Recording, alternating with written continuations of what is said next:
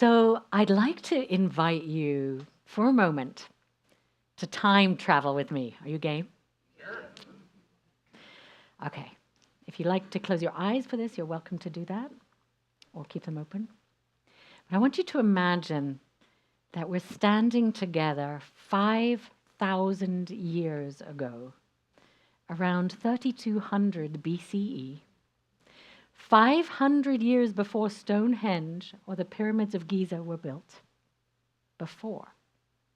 Long before clocks or calendars, before electric light, or before science knew that the earth was round.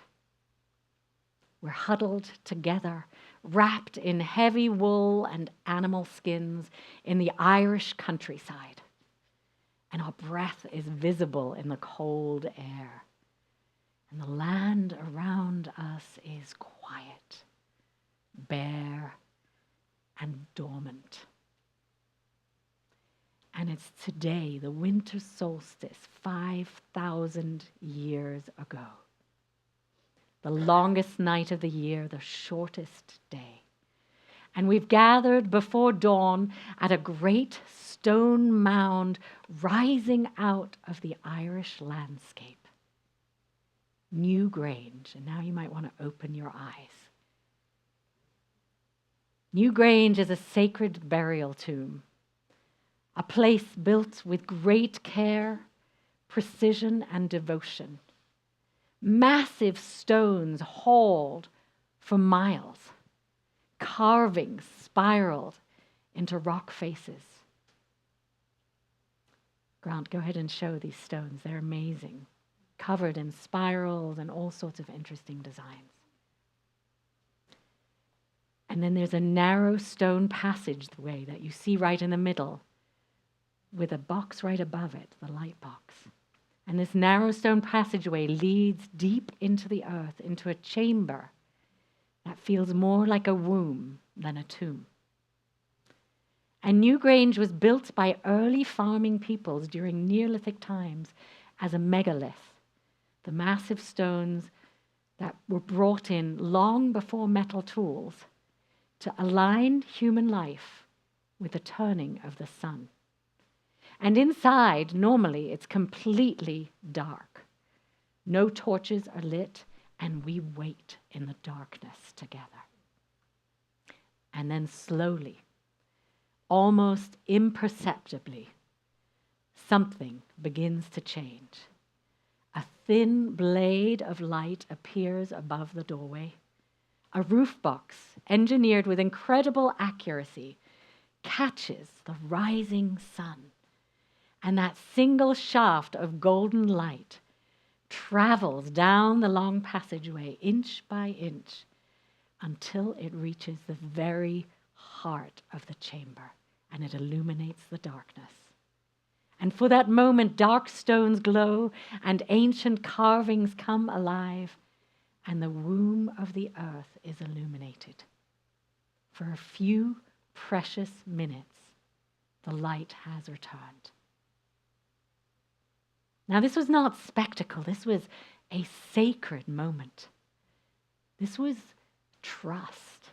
This was a people saying to one another and to the future, even when we are surrounded by darkness, the light does not abandon us. It finds us in the darkest of moments and in the darkest of tombs. And I had the great privilege of standing inside Newgrange this past September during my study leave in Ireland. It wasn't on the solstice itself, but it was close enough to feel the power of this place. And they conducted a simulation of the light coming in for us to see. Just like the light that this morning, while we were sleeping, entered the tomb for 17 minutes. So dawn is just after 9 a.m. Irish time, which would have been just around 1 a.m. our time. And you could even watch the live stream at around 1 a.m. our time. And I actually watched it this morning before I came in, and it was a little touch and go because true to Ireland, there were a lot of clouds. And the clouds were on the horizon, dimming the sun. But just before the time window ran out, the sun peered over the clouds, and they got about 1 or 2 minutes of light coming into Newgrange, and you can go online and see it. It's magical. So this tradition of welcoming the light into the darkest place only on the winter solstice, because that's the only time geometrically that it works, this continues for 5,000 years now. And isn't it extraordinary that they were able to build that and find exactly that the sun was in a slightly different place at that time, but it still collects in there even now. And I placed my hands on the ancient stone walls that were cold and worn smooth by thousands of years of human touch. And I imagined the generations who had stood exactly where I stood in the silence, holding their breath in the darkness, believing something that they could not yet see would come to be. And I was struck by this truth. They didn't build Newgrange because life was easy and it was a celebration of the ease of life. No, they built it because life was hard, because winter came year after year, because loss came, and because uncertainty came. And they needed a chamber of memory and promise. So they built Newgrange as an act of hope, as a place where they could come and collect the light every year. And Newgrange wasn't alone. There are tombs like this all over Ireland, many of them still hidden under grassy mounds. Ireland is extraordinary with so many ancient places that haven't even been excavated yet. And all across the ancient world, human beings were tracking the sky with reverence and attention. Long before modern science, they knew something essential. They knew that the shortening of the days mattered and that the light mattered. And in fact, that life depended on it. So the winter solstice wasn't an abstract idea. I know it's easy for us to just go on as normal during this time, but for them, it was a harbinger of survival. For agricultural peoples, this moment marked the end of the fear that the sun might disappear altogether. And it meant that crops would grow again. And it would eventually get warmer. And animals would birth again, and children would survive another year. It marked the threshold between despair and trust. And of course, in Northern Europe, this season was known as Yule, celebrated by our Yule log right there, sitting on the edge of the piano. A time not of denial of the dark, but of deep acknowledgement. People named the darkness, they honored it, they gathered close to one another. And fires were not just lit for warmth, but for meaning. Evergreen branches were brought indoors as symbols of life that endures even in the cold winter. And candles were lit against the long night, not because they chased the darkness away, but because they reminded people that they were not alone in the darkness. And we will be celebrating that very thing on Christmas Eve with our candles lit in the darkness. The Yule log was burned slowly, intentionally, meant to last through the darkest days. Its embers were saved to kindle the next fire. Nothing was wasted, and nothing was rushed. Everything was connected. And this was a holy time because it told the truth that life includes darkness, that rest is part of survival, that nothing grows forever without pause, and that stillness itself is sacred. And I want all you busy people out there to take that in.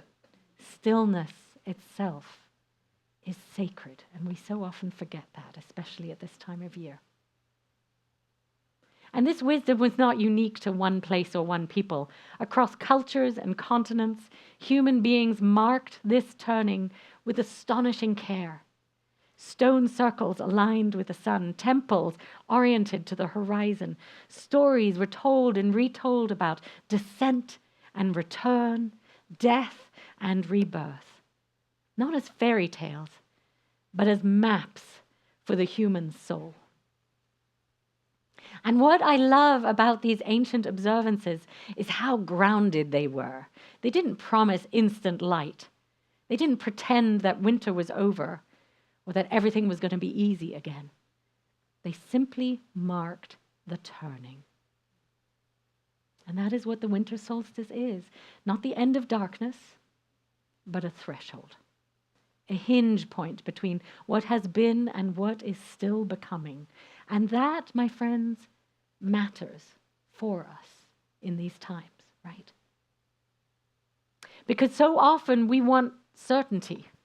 We want proof that things are going to be okay. We want guarantees that the light will come back quickly, dramatically, and without cost, right? But solstice offers us something quieter and perhaps more trustworthy. It doesn't come like a great flash in a pan. It offers rhythm. It offers pattern. It offers the assurance that change is woven into the fabric of existence itself. Now, the ancients didn't control the sun, but they chose to align themselves with it. And that is the invitation of this season for us as well. Reverend Barbara Wells Ten Hove names this beautifully when she writes of this moment when the earth seems suspended, when the tipping stops, when everything pauses, and then almost miraculously, the turning begins again. And that, my friends, is where we are today, this sacred moment. The solstice is not the end of the darkness. Winter still stretches before us, especially for those of you, I know there are people on the East Coast watching us right now, where the long winters, cold winters stretch before us, and the nights will remain long. The cold will linger, and yet from this moment forward, the light grows, almost invisibly at first, a minute at a time, a soft insistence rather than a dramatic arrival. And this is the kind of hope that I trust deep within. It's not flashy. It's not naive. It's not pretending that the darkness that we're currently facing isn't real. But it's steady. It's faithful. It's persistent. And this year, the solstice feels especially meaningful to me. We live in a world that feels shaken. Foundations crumbling, divisions fierce, and many of us are carrying grief, exhaustion, fear, or quiet despair. But Keelan Harkin writes that it is when the earth shakes that our light is called to rise up. Not because it's easy, but because it's necessary. And Shannon is a wonderful example of shining your light every week amidst this darkness. And as you know, this solstice also marks a threshold for me. In just a few days' time after Christmas Eve, I will step into sabbatical. A season of stepping back, of listening more deeply, of going within and letting myself be held by silence, by pilgrimage and rest. A season that begins now in the darkest time of the year and carries me through the slow returning of the light. I'm hoping I will heal from my cold during that time too. I'm hoping it will be a time for my light to gradually return after a season of darkness. And when I come back, we'll be closer to the summer solstice. And we will stand in a different relationship with the sun. The days will be longer, the light abundant, the world lush again. And I love that arc. I love that my leaving and returning are held within this ancient rhythm. That my absence is not an abandonment, but a turning, a necessary bend in the dance that we all do together. And this is where simplicity comes in. We sang earlier, 'tis the gift to be simple, 'tis the gift to be free. Simplicity is not about doing less for the sake of it. It is about coming down where we ought to be. About remembering what actually sustains life. So I invite you, my friends, to do something very difficult for many of you. And that is to keep things simple while I'm away. You know who I'm speaking to. Don't start a lot of new programs and push to make a lot happen. Use this sabbatical as your own. I'm looking at you, Annie Barker. Use this sabbatical as your own opportunity to take things gently, simply, and nourish your light. Because that is how we make it through dark times. We have to get in tune with the natural rhythms of life. Newgrange teaches us that simplicity doesn't mean small effort. Heaven knows how they got those giant boulders there at that time. But simplicity means clarity of purpose. That means build what matters, align with what is true, trust the turning and rhythms of life. And during my time away, I will carry you with me in my heart into old cathedrals and quiet chapels, along ancient paths and unfamiliar roads. I promise no feet breaking, I hope, anyway. And you will carry on here, loving one another, tending this community, holding the flame with simplicity and ease. So, my friends, this is not a goodbye. It's just a pause. It's a breath. It's a turning. Like those ancient people at Newgrange, we do not wait passively for the light. We prepare for it. We make space for it within and among us, and we trust that it knows the way. And we keep tending it amidst the dark, trusting that it will return. So today, on this longest night, may we honor the darkness, the time of unknowing without fear. And may we resist the urge to rush past it. And may we remember that even now, even here, the light has already begun its return. May it be so.